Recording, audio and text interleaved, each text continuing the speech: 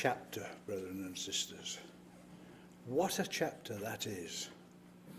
And we have been privileged to see so much of that already is in process of being fulfilled. But to what extent do we really understand the unfolding fulfillment of prophecy, brethren and sisters? Is there a danger that we have become so familiar with our traditional concept of Israel's return that we fail to see the further developments that have been taking place today and that have taken place in recent history? Could we have any blind spots?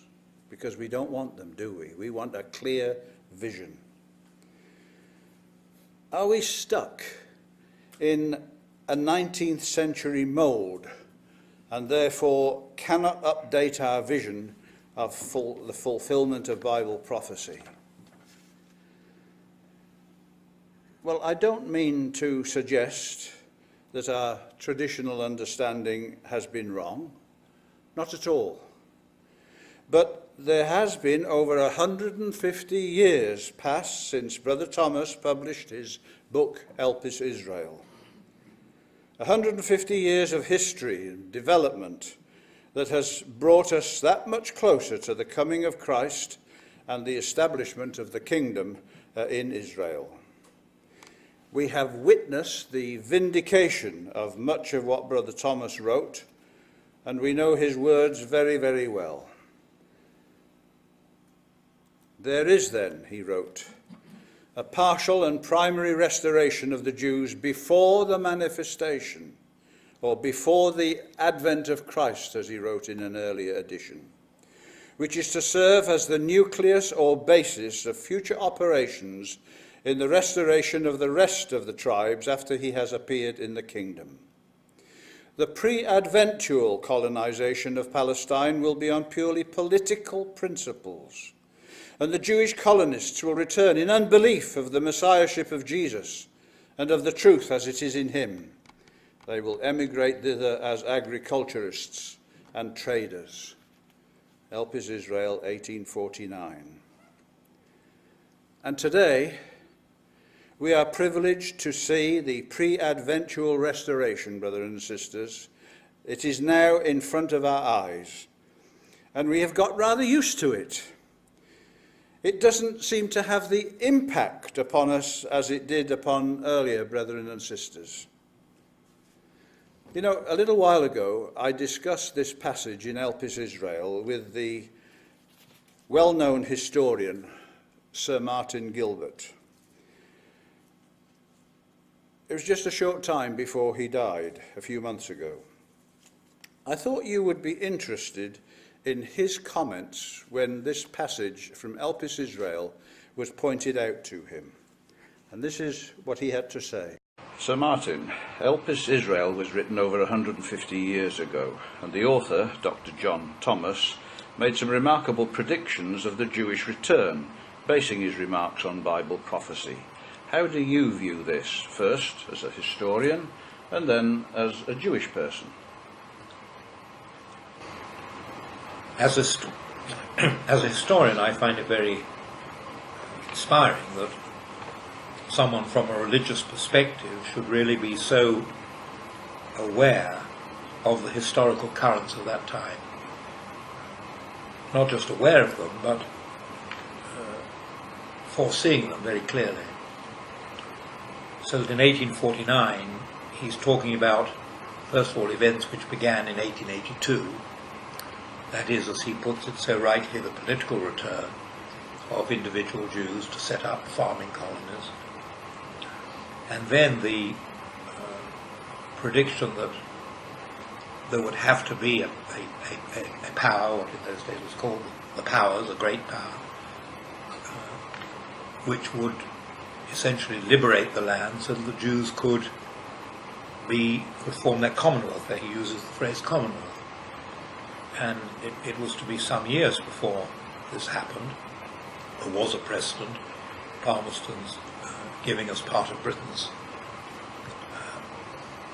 interest in the area. Palmerston's giving protection to the Jews of Jerusalem, British diplomatic protection. But what Dr. Thomas is proposing is something much more comprehensive than that, and in that sense foreshadows first of all, it foreshadows Herzl's political Zionism, First Basel Congress, 1897, and the Balfour Declaration of 1917. And he talks about British statesmen. He's fairly caustic about their abilities at the time that he's writing, but he again envisages a different calibre of statesmen, in which certainly Balfour and then Churchill, when he was in charge of the Palestine Mandate in 1921, fit the bill. So here is a notable historian recognising the accuracy of Brother Thomas's prediction back in 1849.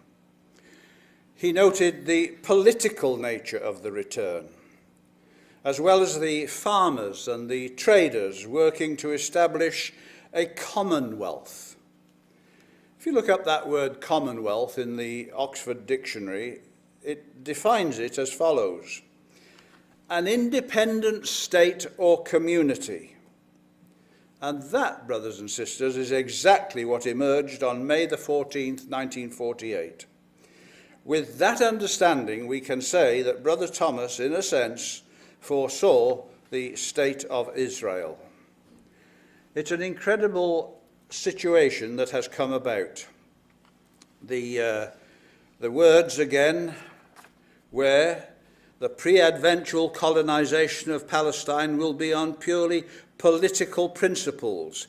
And we mustn't feel embarrassed if sometimes we are accused of taking too much interest in politics, because it's on a political basis that this fulfillment of prophecy was worked out. And Brother Thomas foresaw that that's what would happen.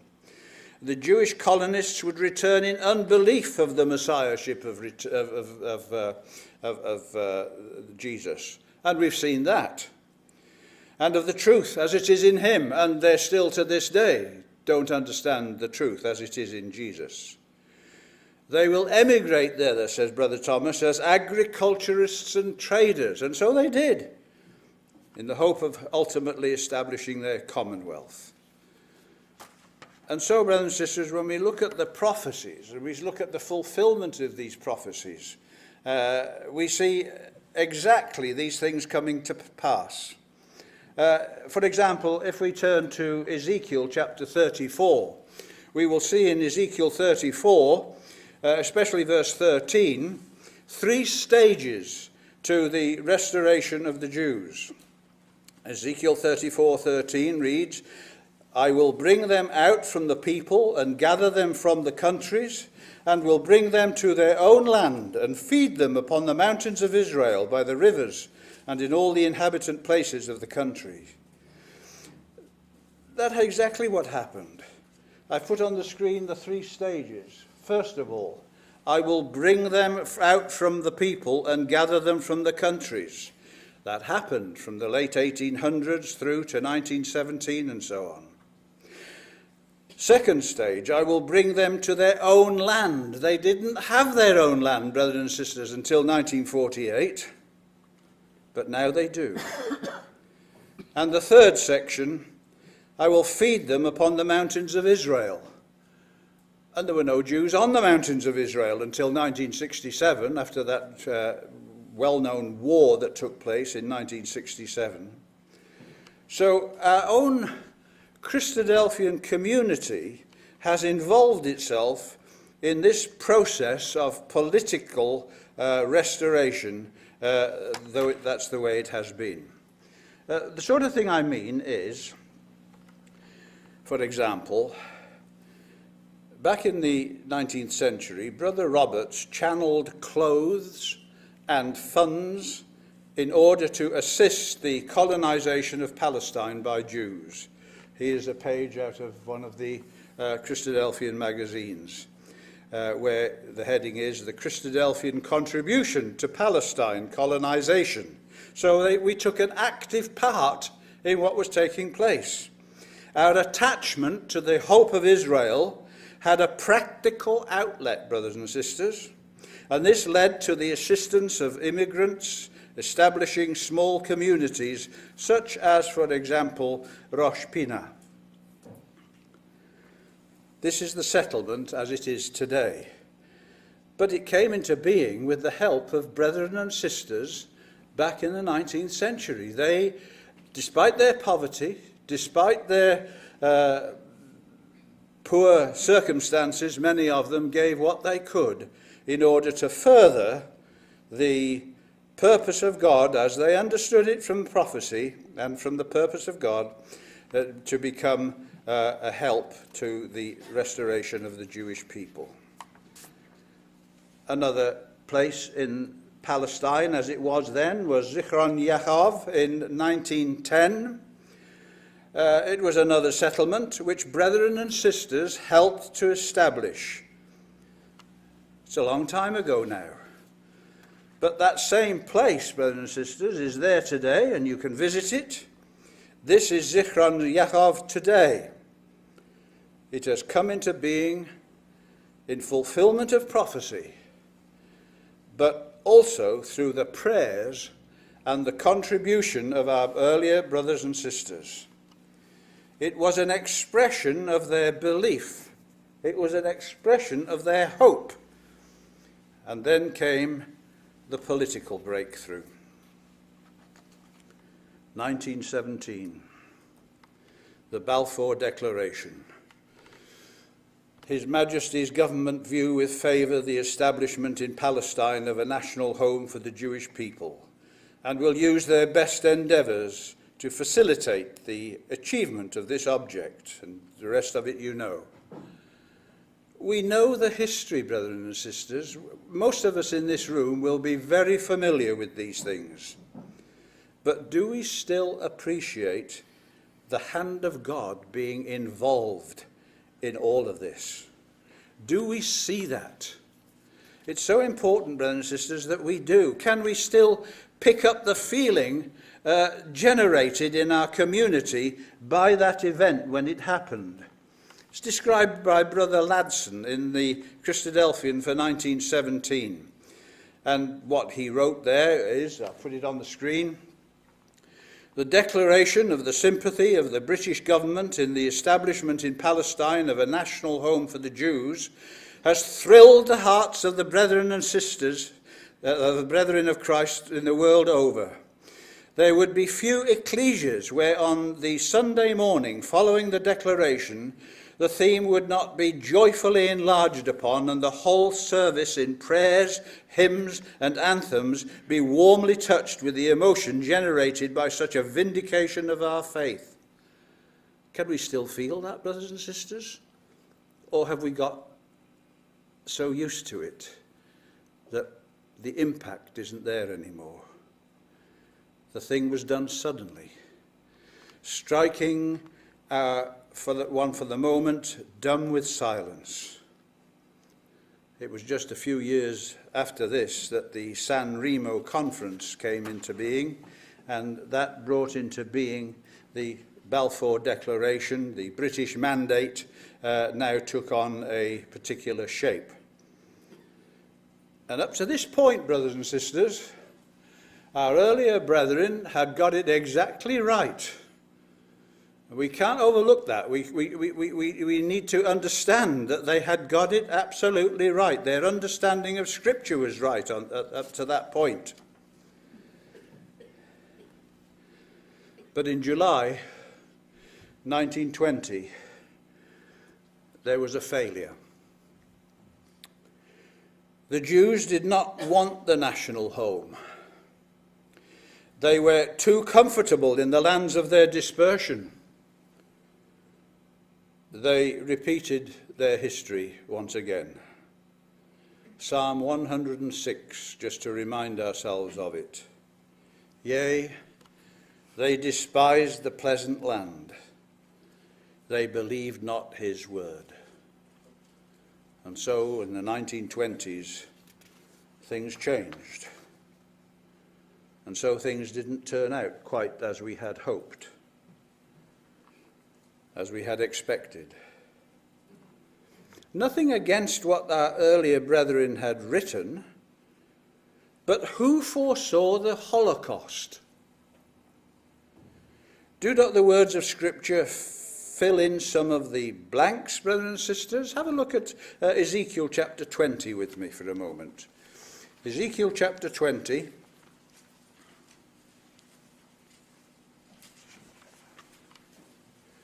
Verse 33.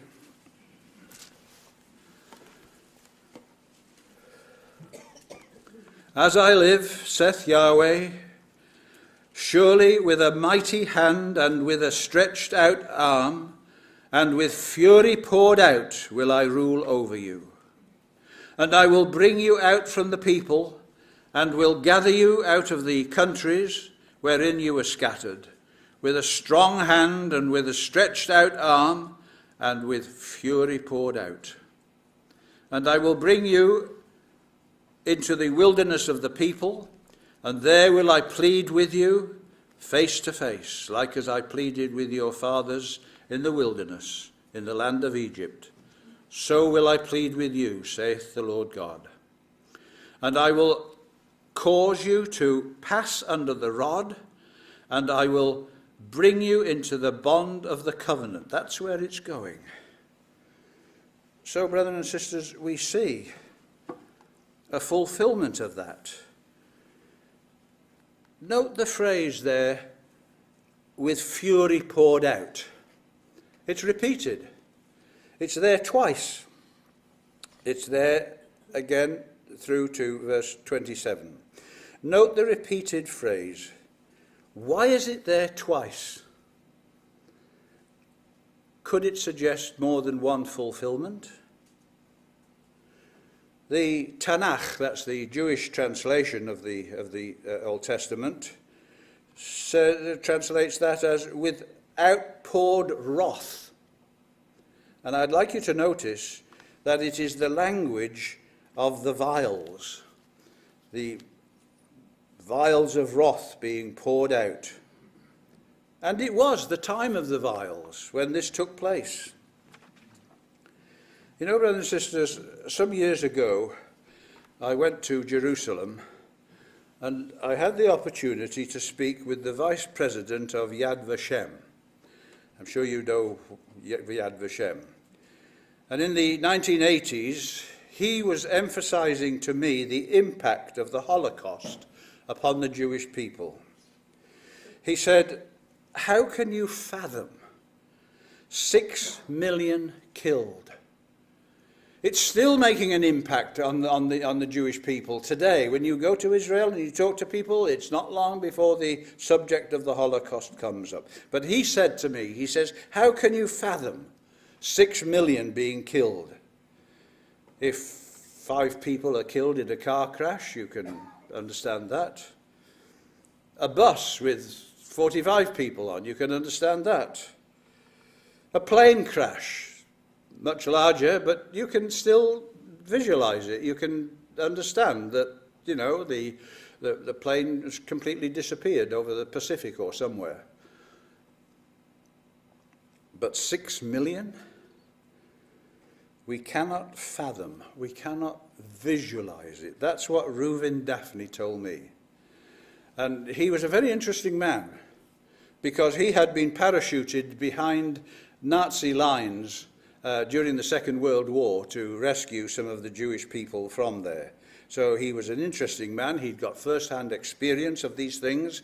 And so he pointed out the incredible impact that this had had. And then following that, there's the plight of the Jewish refugees after the war. You know, the war was over. Sorry, I should have put that on first. The war was over, but they had no place to go. The scriptures come to mind, don't they? Deuteronomy 28, verse 65. And among these nations thou shalt find no ease, neither shall the sole of thy foot have rest.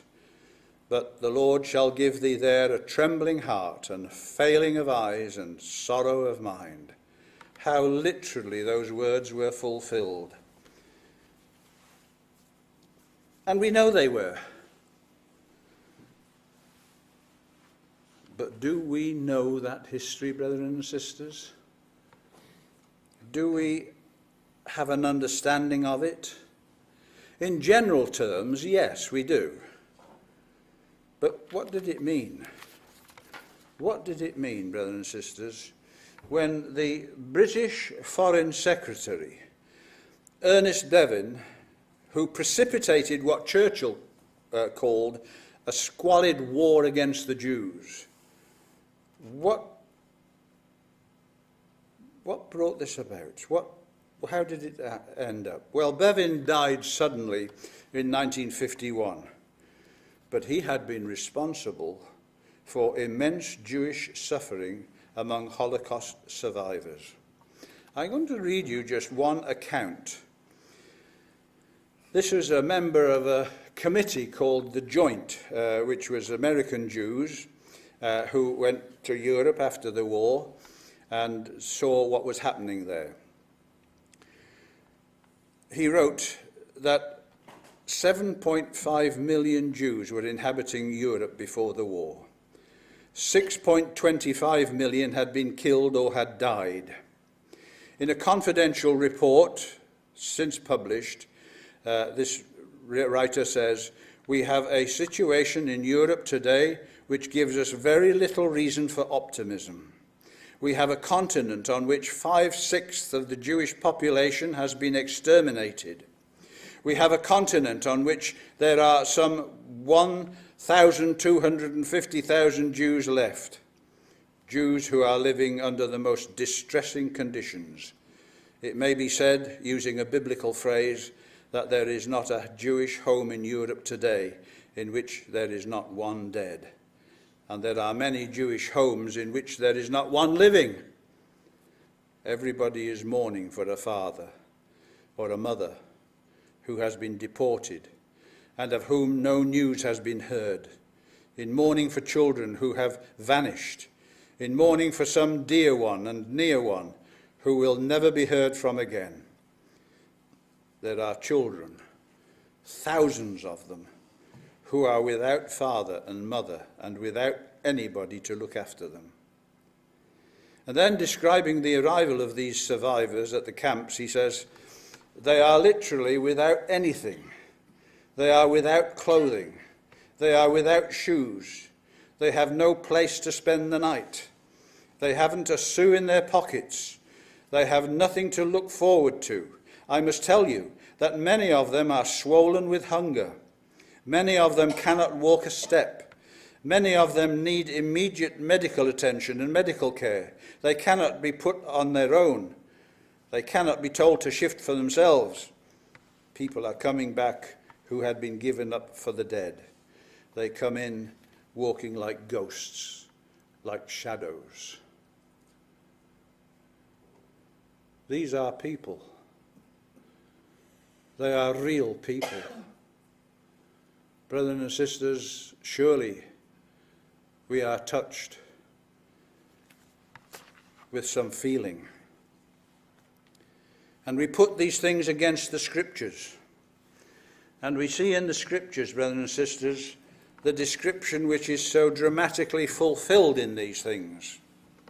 Jeremiah 31, we read it by way of an opening reading. I'm just going to go over a section from verses 8 to 10. "Behold, I will bring them from the north country and gather them from the coasts of the earth, and with them the blind and the lame, the woman with child and her that travaileth with child together.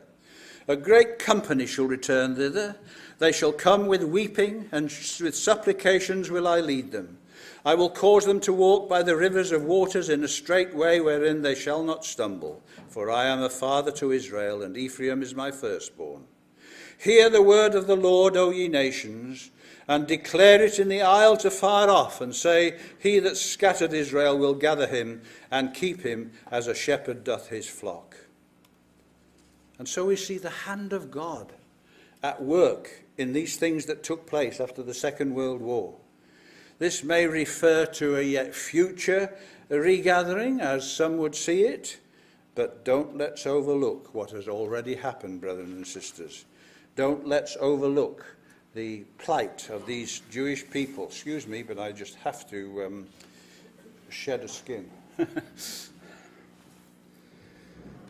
From Eastern Europe they came, by train, by ship, by foot, by any means possible.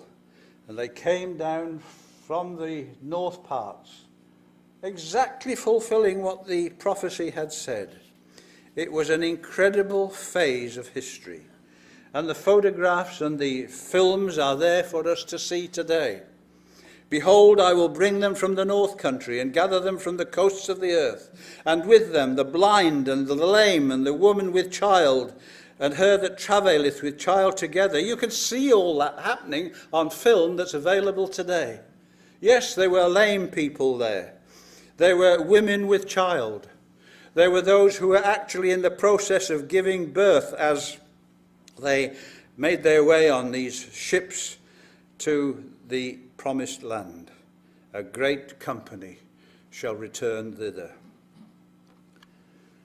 And here on this photograph you see a few of them.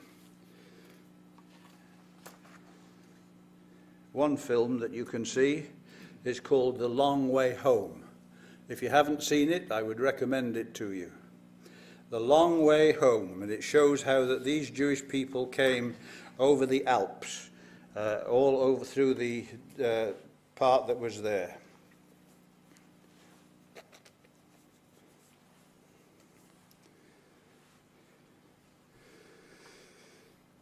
They were hard and harsh experiences. Many different books have been written to record the events that you can also see on film. And it's there that we see it happening. And all this for what? To form a nucleus of the kingdom. Incredible, brothers and sisters. All these things happening to form a nucleus of the kingdom. Until Afghanistan, no. Argentina, abstention. Australia, yes. France, yes.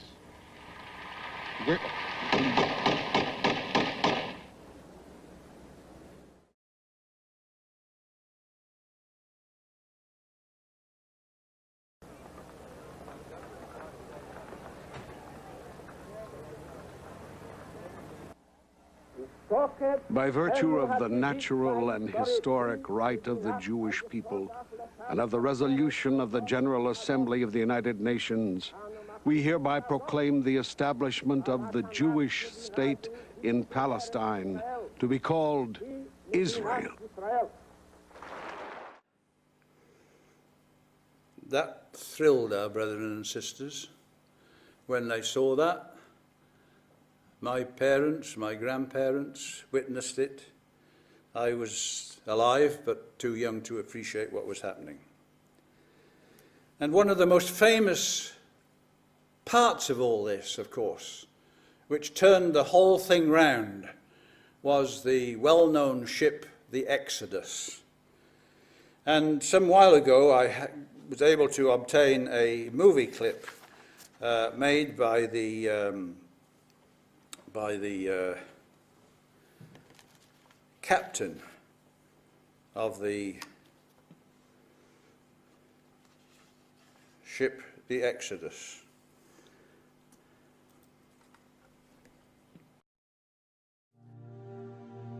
I realize what I'm carrying. I'm carrying the last children of Israel who were alive in Europe. Whatever was left of my nation after 6 million were killed. And the responsibility was enormous. I realized what I'm carrying. And on the Exodus there were like a small town, 4,500 people with all the things. We have elderly, children, sick, everything you wanted. And this was to me the lighthouse of my work. In an attempt to gain control of the ship, Royal Marine commandos from the two destroyers on either side jumped aboard the Exodus. Some of them we took back to the sea, some we took prisoner. They opened fire, they killed 3 people and we had over 100 wounded. We didn't have any arms. Our arms were the children and women. The cruelty and of warship attacking a very old ship, which carried 4,500 people, was beyond my understanding, because the tragedy could have happened. They could have sunk the Exodus. Then it will be a catastrophe. On the 18th of July 1947, the battle-scarred Exodus with its weary cargo of Holocaust survivors docked in Haifa harbor. Out of Palestine comes the camera story of the Exodus, the Jewish immigrant ship that highlights new violence in the Holy Land.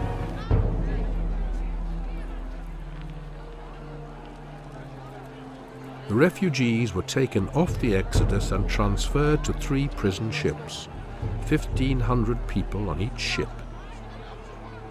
Even the wounded were transferred, all except those who were critically injured and the dead. Crew members of the Exodus were deported with them. When they came and then were beaten by British soldiers, they started crying. It was unbelievable. 1,500 people crying. It was so devastating to them to see they are being expelled from Haifa, from Israel, and they just sat down, they cried. They cried. It was something which we will carry all our life. They cried. And brothers and sisters, we can cry with them. We can feel it. The incredible lengths that human governments would go to try to prevent the restoration of Israel. And you know what, brothers and sisters? It's still happening today. Despite democracy and the election that's recently taken place in Israel, we see the same thing, anything to stop the restoration of the Jews. And we can't be surprised if some of them fought back, and they certainly did. Not a very pretty sight, some of it, but that is what happened. And so it was that the dramatic return to Zion was seen to fulfill prophecy, at least in part. We may ask why. Why has the emergence of Israel been so traumatic? The answer to this is that the nation has been brought under the rod of discipline, just like the prophecy says, in order to prepare it for the coming kingdom. I will cause you to pass under the rod, and I will bring you into the bond of the covenant, we read in Ezekiel 20. And so the dramatic return to Zion was seen to fulfill prophecy. There was the War of Independence in 1948. And then in 1967, some years later, another phase was seen. A time of difficult trial. So that's brought us then to 1967, when another phase in the restoration took place. And This is Kol Yisrael, the Voice of Israel, broadcasting from Jerusalem. Wednesday, June the 7th, 1967, 4:30 p.m. The military spokesman announces, this morning the Israel Defense Forces penetrated the old city of Jerusalem. Sharm el-Sheikh has been captured, the straits are open. The Chief of Staff announces that the entire Sinai Peninsula is in Israeli hands, as is the greater part of the west bank of the Jordan, the old city of Jerusalem, Bethlehem, Hebron, and the Etzion bloc. The Air Force commander announces the destruction of 441 planes belonging to Egypt, Syria, Jordan, and Iraq.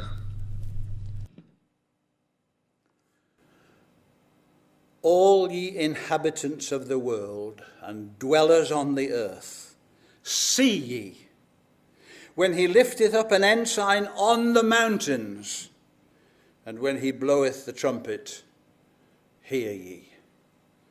And brethren and sisters, in 1967, the shofar trumpet sounded within the walls of Jerusalem, and it's still echoing down the years to our own time now.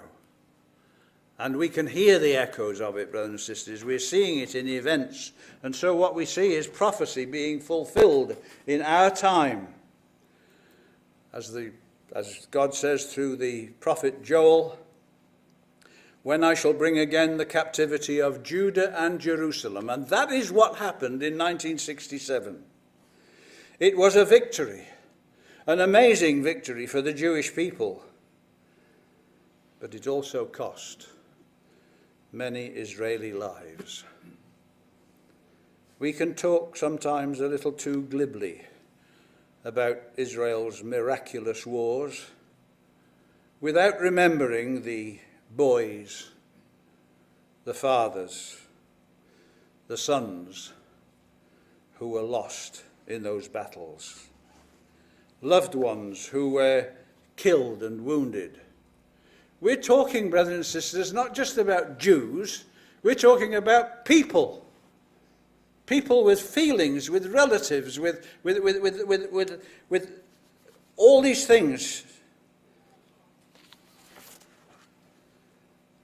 Well, it was all foreseen.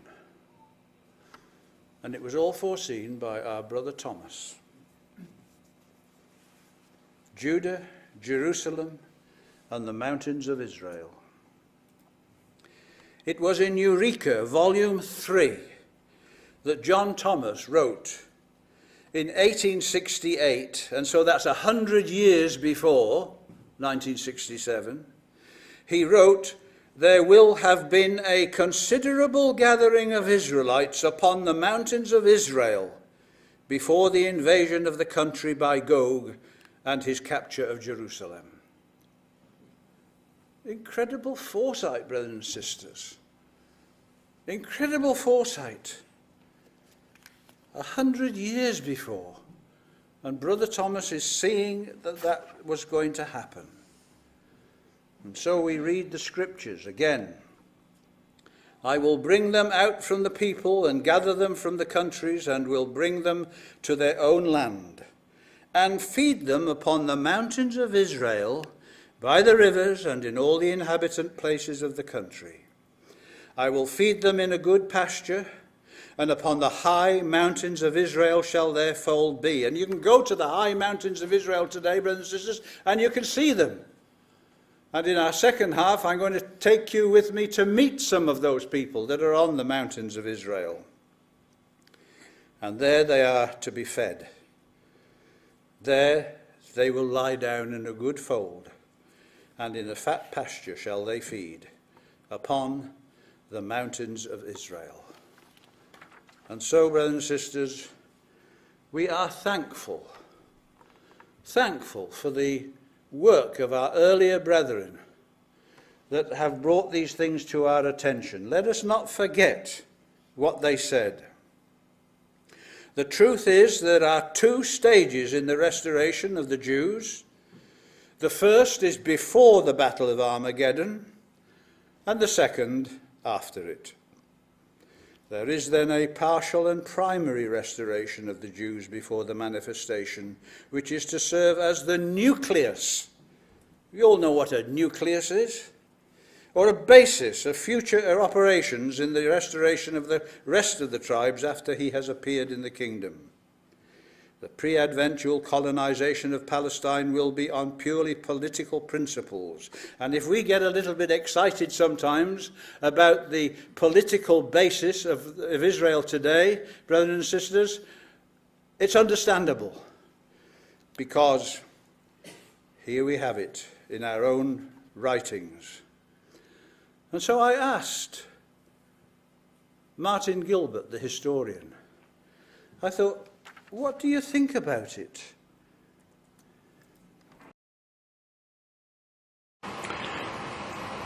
So in your Jewish History Atlas, which Christadelphians have made a lot of use of, by the way, over the years, You have a dramatic map there, and I'm sure you'll remember it. It's of the return, 1948-64. And you quote there Ezekiel chapter 11 and verse 17 on your map. And on another page you quote Isaiah chapter 10 verse 22, a remnant of them shall return. So that raises the question for us, Sir Martin, do you believe the prophets? I think that a Jewish person, unless they've completely drifted away from the faith, has to put the prophets at the very centre of their understanding of the faith.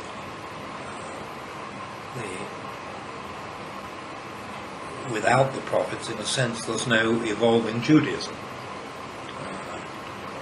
And most of them are prophesying at a time when clearly the Jews had fallen on hard times, to a large extent because of their own failings and their own weaknesses. And I think without the prophets, Judaism becomes essentially a historic curiosity. Obviously the faith, the ethics, the Ten Commandments, the 613 mitzvot, they all would have a relevance today. But in terms of how the Jewish people are going to evolve, I think the prophecies are tremendously important. Partly because they do prophesy a different state of being for the Jews, and partly because they enshrine in the strongest form the ethical precepts without which the Jews are essentially told they will not achieve this position of greater grace. Mm-hmm.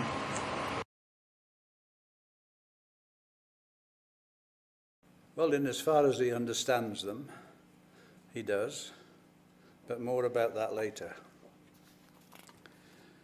So we ask the question then, what is the purpose of this political restoration that we see today, brothers and sisters? It is, without doubt, the first step in the restoration of the kingdom. It is, as Brother Thomas described it, a nucleus, and a nucleus has been formed. But that is only the first step, albeit a major one. They have returned in unbelief, and that return in unbelief is to serve as the nucleus or basis for future operations. So there's more still to happen. Changes must come. I won't stop to go through the passages there, but you can take a note of them if you wish. It's Hosea 3, verses 4 and 5, Ezekiel 34, verses 13 and 14, Jeremiah 3, verses 14 and 16, and Jeremiah 23, 3 and 4, and there are others. Hard things must yet be faced, brothers and sisters. Hard things have already been faced and must yet be faced again. But we remember what the Scripture says as we come to the close of this first part. Turn to the Psalms, Psalm 121. You'll know the words. They're well known amongst us. Psalm 121. And these words are as true today as they have ever been.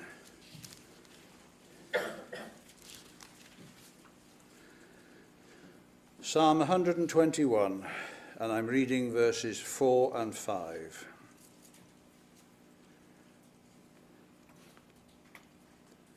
Behold, he that keepeth Israel shall neither slumber nor sleep. The Lord is thy keeper. Yahweh is thy shade upon thy right hand. And so it is, brothers and sisters, we know. Whatever may happen in the near future, and however difficult times may be, Israel has one who watches over them.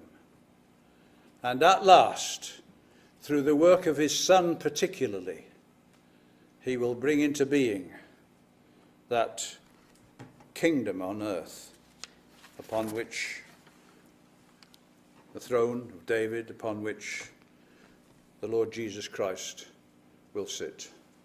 Thank you.